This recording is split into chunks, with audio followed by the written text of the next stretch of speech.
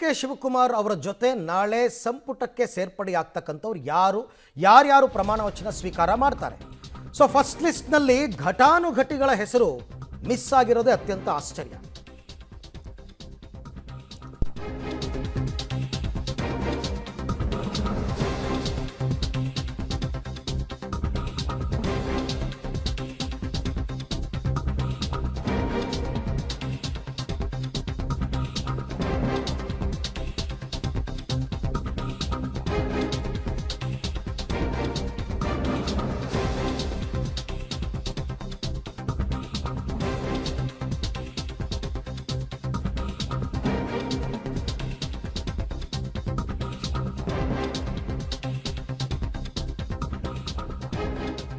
ಘಟಾನುಘಟಿಗಳ ಹೆಸರು ಮಿಸ್ ಆಗಿದೆ.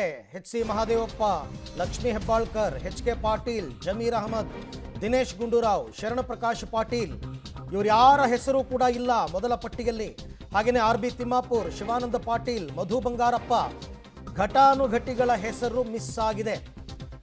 ದೊಡ್ಡವರಿಗಿಲ್ಲ ಮೊದಲ ಪಟ್ಟಿಯಲ್ಲಿ ಸ್ಥಾನ ಅನ್ನುವಂತಹ ಪರಿಸ್ಥಿತಿ. ಹಾಗಾದರೆ ಇವ್ರಿಗೆಲ್ಲರಿಗೂ ಎರಡನೇ ಲಿಸ್ಟಲ್ಲಿ ಬರುತ್ತಾ ಅಥವಾ ಇವರನ್ನ ಕೈ ಬಿಡ್ತಾರಾ ಅಂತಕ್ಕಂಥದ್ದು ಕೂಡ ಪ್ರಶ್ನೆ ಇದೆ.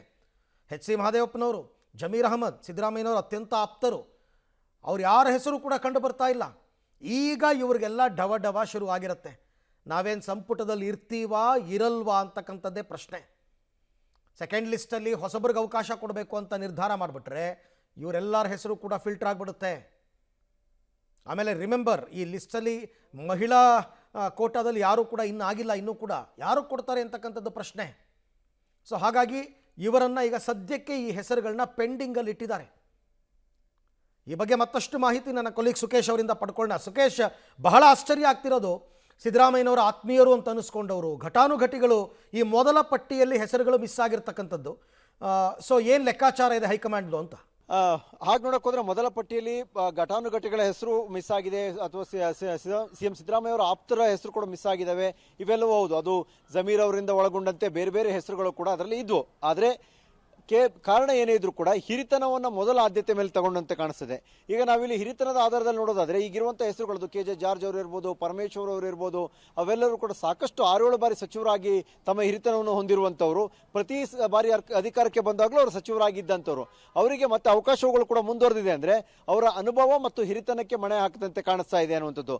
ಇನ್ನು ಪ್ರಿಯಾಂಕ್ ಖರ್ಗೆ ಅವರು ಸಹಜವಾಗಿ ಗೆದ್ದಂಥ 3 ಬಾರಿಯೂ ಕೂಡ ಅವರು ಸಚಿವರಾಗಿದ್ದಾರೆ. ಮತ್ತೆ ಅವರಿಗೆ ಒಂದು ಬ್ಯಾಕಪ್ ಅಂದರೆ ಹೈಕಮಾಂಡ್ ಅಥವಾ AICC ಅಧ್ಯಕ್ಷರ ಪುತ್ರ ಅನ್ನುವಂಥದ್ದು ಕೂಡ ಕಾರಣ ಇರ್ಬೋದು. ಜೊತೆಗೆ ಅವರು ಕೆಲಸ ಮಾಡಿದ ರೀತಿಯ ಬಗ್ಗೆ ಹೈಕಮಾಂಡ್ಗೆ ಒಂದು ಸ್ಯಾಟಿಸ್ಫ್ಯಾಕ್ಷನ್ ಇರ್ಬೋದು. ಹಾಗಾಗಿ ಆದ್ಯತೆ ಕೊಟ್ರ ಅನ್ನುವಂಥದ್ದು ಕೂಡ ಪ್ರಶ್ನೆ ಆಗುತ್ತೆ.